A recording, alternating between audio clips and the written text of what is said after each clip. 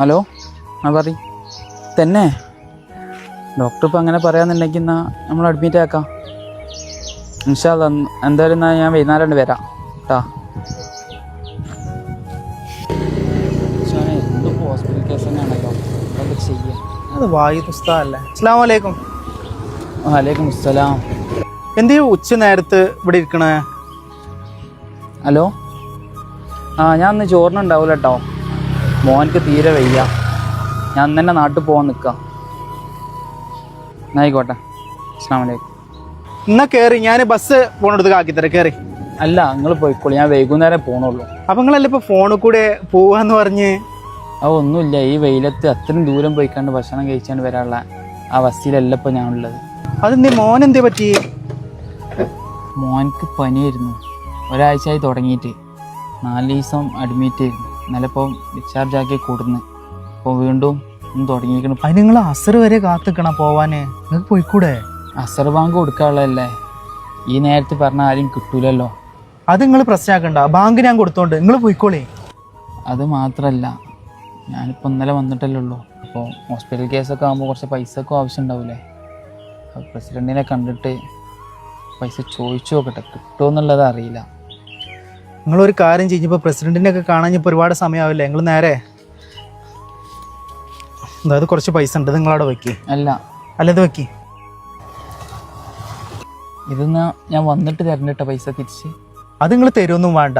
അല്ല, അങ്ങനൊന്നല്ല. അല്ല, അതൊക്കെ നമുക്ക് എന്താ വെച്ചാൽ പിന്നെ ആലോചിക്കാം. നിങ്ങളിപ്പോൾ പോവാനുള്ള പരിപാടി നോക്കി. ഇത് വലിയൊരു ആശ്വാസമായി. ഈ ഉപകാരം ഞാൻ ഒരിക്കലും മറക്കൂല. ഇൻഷാ അല്ലാ. നിങ്ങൾ എന്തായാലും ദ്വാരക്ക്. ഇൻഷാ അല്ലാ, ഇൻഷാ അല്ലാ. അല്ല, വീട്ടിൽ ആരൊക്കെ ഉണ്ട് നിങ്ങൾക്ക്? ഉപ്പ മരിച്ചു, ഉമ്മയും പെങ്ങളും ഉള്ളത്. പിന്നെ എനിക്ക് ഒരു മോനും പെണ്ണുങ്ങളുമാണ്. പെങ്ങളെ കെട്ടിച്ചിട്ടില്ല, അവളെ കല്യാണം അടുത്ത ഓഗസ്റ്റിലാണ്. ഇപ്പാൻ്റെ ഒരേ ഒരു ആഗ്രഹം ഞാൻ ഹാഫിളായി കാണണം. പക്ഷെ ഇപ്പാക്ക് ആ ഭാഗ്യം ഉണ്ടായില്ല. അപ്പം ഇനി പെങ്ങളെ കല്യാണമൊക്കെ എങ്ങനെ? അതിൻ്റെ കാര്യം വളരെ പ്രയാസത്തിലാണ്. പഠിച്ചപ്പോൾ എന്തെങ്കിലുമൊക്കെ വഴി കണ്ടിട്ടുണ്ടാവുമല്ലോ. തന്നെ. അതല്ല, ഇപ്പം ഈ കയ്യിലുള്ള പൈസ ഒന്നും ഇപ്പോൾ ഹോസ്പിറ്റലിലേക്ക് മതിയാവില്ലല്ലോ. നിങ്ങൾ ഗൂഗിൾ പേ നമ്പർ എടുത്ത് തരുമോ? അതിലേക്ക് ഞാൻ പൈസ എന്തെങ്കിലും അയച്ചു തരാം. ഞാനിതുവരെ ഗൂഗിൾ പേ ഒന്നും എടുത്തിട്ടില്ല, എൻ്റെ അടുത്ത് അതില്ല. ഇപ്പം എന്താ ചെയ്യുക? ഒരു കാര്യം ചെയ്യേ, ഇത് അത്യാവശ്യം കുഴപ്പമില്ലാത്തൊരു വാച്ചാണ്. ഇത് വിറ്റ് കഴിഞ്ഞാൽ ഞങ്ങൾക്ക് എന്തായാലും ഹോസ്പിറ്റലിൽ അടക്കാനുള്ള എമൗണ്ട് കിട്ടും. എനിക്കൊരു സുഹൃത്ത് ഒരു സമ്മാനമായിട്ട് തന്നതാണ്. നിങ്ങളെ കാര്യം നടക്കട്ടെ, നിങ്ങളൊന്ന് വേഗം ചെല്ലി. വളരെ വലിയ ഉപകാരമായി. ഞാൻ ഇതൊരിക്കലും വാങ്ങാൻ വിചാരിച്ചതല്ല. എൻ്റെ അവസ്ഥ നിങ്ങൾ അതൊന്നും പറയണ്ട, നിങ്ങൾ വേഗം ചെല്ലി, വേഗം ചെല്ലി. നിങ്ങൾ പഠിച്ചോനെ, ഈ നല്ല മനുഷ്യനാണല്ലോ നാട്ടുകാർ കഴിഞ്ഞ രക്ഷയില് പൈസ വാങ്ങി തോൽപ്പിച്ചത്. പഠിച്ചോനത് കബൂലാക്കണേ, എൻ്റെ കുട്ടിക്കൊന്നും പറ്റാതിരിക്കട്ടെ. അവലിൻ്റെ പണി പെട്ടെന്ന് തീർക്കണം. പിന്നെ ടൈലെടുക്കാൻ പോകുമ്പോഴേ സെക്രട്ടറിനും കൂടെ ഒന്ന് നോക്കാൻ, മോഡലൊക്കെ നോക്കാനാണ് കേട്ടോ. മറ്റേ ആൾ വരുന്നുണ്ട്, കീറാമുട്ടി. ഞാൻ ഉറങ്ങാനെന്ന് പറഞ്ഞാൽ. അസ്സലാമു അലൈക്കും. പ്രസിഡന്റ് എവിടെ? വലൈക്കും അസ്സലാം. ആള് ഉറങ്ങാണ്. ഉറങ്ങുന്ന പ്രസിഡന്റിന് സെക്യൂരിറ്റി ഒക്കെയാവില്ലേ ഞങ്ങള്? അല്ല, ഞാനൊരു വർക്കിന്റെ കാര്യത്തിന് വേണ്ടി വന്നതാണ്.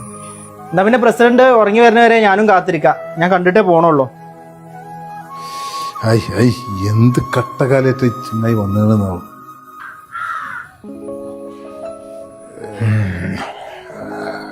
അല്ല, നിങ്ങളല്ലേ ഉറങ്ങാന്ന് പറഞ്ഞേ? ഞാനൊന്ന് മയങ്ങിപ്പോയി. അല്ല, ഇജിപ്പോ എന്തേപ്പോ പോന്ന്? നമ്മളെ പള്ളിയിലെ വായിദ് ഉസ്താദിന് ഇപ്പോ എത്ര ഞങ്ങള് ശമ്പളം കൊടുക്കണത്?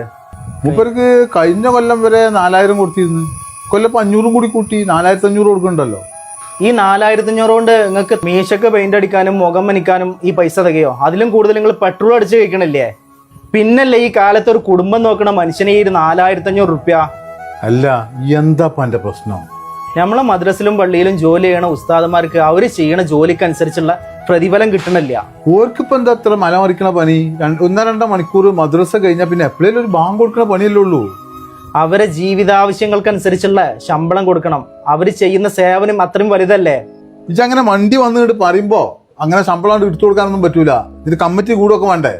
അതിന് ഞാനേ നിങ്ങളെ പെരേത് പൈസ എടുത്തു കൊടുക്കാനല്ല പറയണത്. പള്ളിക്കും മദ്രസിനും നാട്ടുകാർ തന്ന പൈസ ഉണ്ട്.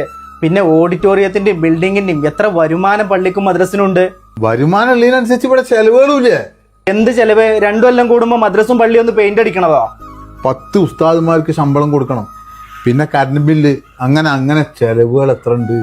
അതിന് കറണ്ട് ബില്ല് സെയ്തൽ ബേജി അല്ലേ അടക്കണത്. പിന്നെ 400 കുട്ടികൾ മദ്രസിലുണ്ട്. 150 റുപ്യ പ്രകാരം ഈ കുട്ടികളെയൊക്കെ ഒന്ന് മാസം വരിസംഖ്യ വാങ്ങണില്ലേ? ഞങ്ങൾക്ക് കണക്കറിയില്ല എന്ന് വിചാരിക്കരുത്. കിട്ടുന്നത് ഫുള്ള് അങ്ങോട്ട് വാങ്ങിയേക്കല്ലാതെ അത് നേരാവണ്ണം ചെലവാക്കാനും അറിയണം. എന്താ ഈ പറയണത്? ഇതങ്ങനെ ചെലവാക്കി കളയാനുള്ളതല്ല, ഇതിനൊക്കെ ഒരു സൂക്ഷ്മത വേണം, അല്ലെങ്കിൽ പടച്ചോനെ. നിങ്ങളൊക്കെ നിധി കാക്കണ ഭൂതങ്ങളെ പോലെ കെട്ടിപ്പിടിച്ചിരിക്കണ പൈസ ഒന്നും പടച്ചോന് വേണ്ട. നിങ്ങൾ കൊടുക്കണ ഈ 4500 കൊണ്ട് ഭക്ഷണം, മരുന്ന് ഇതൊക്കെ കഴിയണം. അത് നടക്കൂലെന്ന് ഏത് പടപ്പാൾക്കും അറിയാം. ഈ സൂക്ഷ്മതനെ പറ്റിയൊന്നും നിങ്ങൾ എന്നോട് പറയണ്ട. നമ്മളെ പള്ളിന്റെയും മദ്രസിന്റെയും വരുമാനങ്ങൾ എടുത്ത് ആരൊക്കെ ഏതൊക്കെ രീതിയിൽ ചെലവാക്കേണ്ടതെന്ന് ഒക്കെ എനിക്കറിയാം. അതൊക്കെ അറിഞ്ഞിട്ടാണ് ഇപ്പൊ ഞങ്ങൾ എടുത്തുകൊണ്ട് വന്നേക്കണത്. എടാ നിങ്ങൾ രണ്ടാളും വന്നിട്ട് കുറെ നേരമായില്ലേ? നിങ്ങൾക്ക് ഇപ്പൊ ചായ ജ്യൂസ് എന്താ ഞാൻ എടുക്കണ്ടേ? എനിക്കിപ്പോൾ ചായയും ജ്യൂസും ഒന്നും വേണ്ട. ഞാൻ പറഞ്ഞ കാര്യത്തിൽ എനിക്കൊരു തീരുമാനങ്ങൾ പെട്ടെന്ന് ഉണ്ടാക്കി തരണം.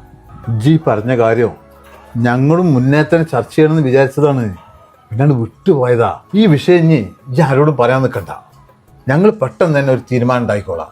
അത് മാത്രം പോരാ പ്രസിഡന്റെ. പിന്നെങ്കിൽ എന്താ? ഈ ഒരു ചെറിയ ശമ്പളത്തിന് ജോലി ചെയ്യാന്ന് വിചാരിച്ച് കമ്മിറ്റിക്കാർക്ക് ഈ മൂല്യന്മാരോട് എന്തും പറയാ, എന്തും ചെയ്യിപ്പിക്കാന്നുള്ള തോന്നലൊക്കെ മാറ്റി വെച്ച് അവരെ മാന്യമായി പരിഗണിക്കണം. നമ്മളാ വായുദുസ്താദിന്റെ അവസ്ഥ എന്താന്ന് നിങ്ങൾക്ക് അറിയോ?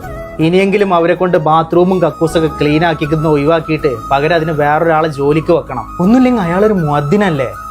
പോരാത്തിന് ഖുർആൻ മനപ്പാടാക്കിയ ആളും. എന്നിട്ടും നിവൃത്തികേട് കൊണ്ട് ജോലി ചെയ്യുന്ന വായുദുസ്താദിനെ പോലത്തെ ഒരുപാട് ഉസ്താദുമാരുണ്ട് പല സ്ഥലങ്ങളിലും. എന്നിട്ടും അവരൊന്നും ഇത് ഇട്ടെറിഞ്ഞ് പോവാത്ത എന്താണെന്നറിയോ? അള്ളാഹുവിലും അന്ത്യനാളിലും വിശ്വാസമുള്ളത് കൊണ്ടാണ്. അവരൊക്കെ സാമ്പത്തികമായോ അല്ലാതെയോ തളരുമ്പോൾ നമ്മളൊക്കെ അവരെ ചേർത്ത് പിടിക്കണം.